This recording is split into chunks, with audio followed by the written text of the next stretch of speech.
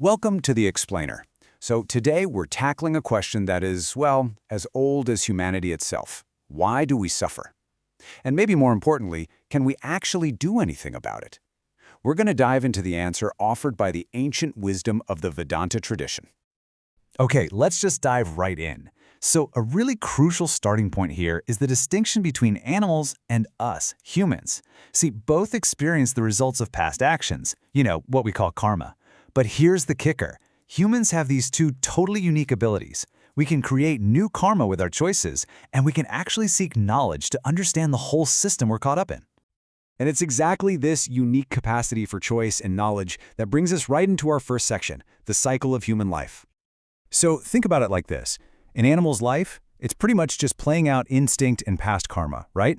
But us humans, well, we're constantly making choices that literally shape our future.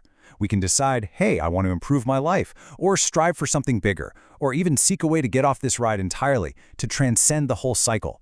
The point is, we're not just passive recipients here, we are active creators. And this experience of pleasure and pain, it's not just limited to when we're out interacting with the world.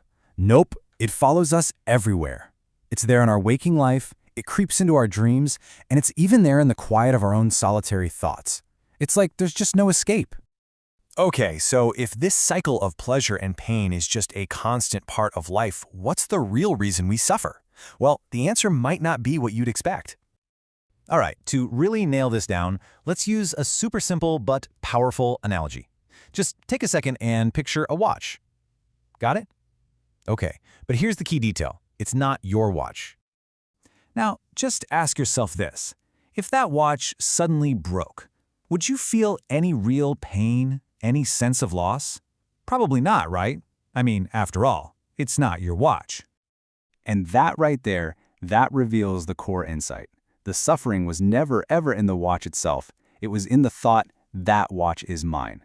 It's our sense of ownership, our attachment. That's what creates the possibility for pain in the first place. And this, right here, is the fundamental mistake we all make. We attach our sense of I to all these things that are, by their very nature, temporary. This body, this name we have, this job title, all our stuff. So of course, when any of that is threatened, we suffer, because it feels like a part of us is being lost. Okay, but wait. If this whole attachment thing is so deeply ingrained in us, is freedom even possible? Well, it turns out there's a pretty profound clue that we all experience every single day, usually without even thinking about it. I want you to think about that state of deep, dreamless sleep. You know the one. In Sanskrit, it's called shushupti. It's that part of the night where there are no dreams, no thoughts. It's just pure, blissful rest. Now here's what's so wild about sushupti. During that time, you still exist, right? But your identity, your name, all your problems, your body, every single one of your attachments, they all just vanish. And sure, there's no pleasure, but there's also absolutely no pain. For that brief time, you are totally free. The very fact that this state exists proves that a state free from suffering is actually possible for you. So this naturally leads us to the biggest question of all, doesn't it? If we can be totally free from suffering while we're unconscious in deep sleep, is there a way to access that same freedom while we're wide awake? Well, the path forward, according to this, isn't about doing more stuff. It's not about more rituals or more actions. It's about a really profound shift in how we see things. It's about finding freedom through understanding. Most approaches have us doing things, hoping that we'll become free someday in the future. But the Vedantic path, it flips that whole idea on its head. It says freedom isn't something you achieve, it's something you realize. The whole goal is to see, through knowledge, what's called jnana, that you are actually never bound to begin with. And how do you get to this realization? Well, it comes through a process of self-inquiry, of negation, really. It's this deep internal investigation where you start to dismantle all those false identities. You start to see, wait a minute, I'm not this body, because it changes and decays. I'm not this name, that was just given to me. I'm not even the doer of these actions. I'm the silent witness that's just observing it all. And here's the thing, no one else can just give you this freedom. A guru or a teacher, they can point the way for sure. But liberation, that's your own personal recognition. It's that deep, unshakable aha moment when you finally understand that the person you thought you were, the one with the name, the history, the problems, that's not your true self. So this whole process of peeling away the false identities, I'm not this, I'm not that, it inevitably leads us to the biggest question of all.